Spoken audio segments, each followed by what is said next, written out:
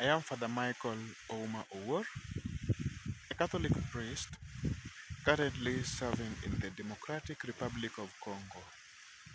And today, being the 27th Sunday in Ordinary Time, we are gathering together to worship the Lord, to thank Him for His goodness to us. And I join my great people in their station here in Mose Parish in the Democratic Republic of Congo. The building you see right behind me is our church, where we're going to have Mass today with our beloved Christian from this house station. And it is my first time coming to this house station, but it looks amazing. We shall let us worship the Lord together, pray for us as we continue to pray for you, and as we continue to thank God for all the goodness that He bestows upon our lives.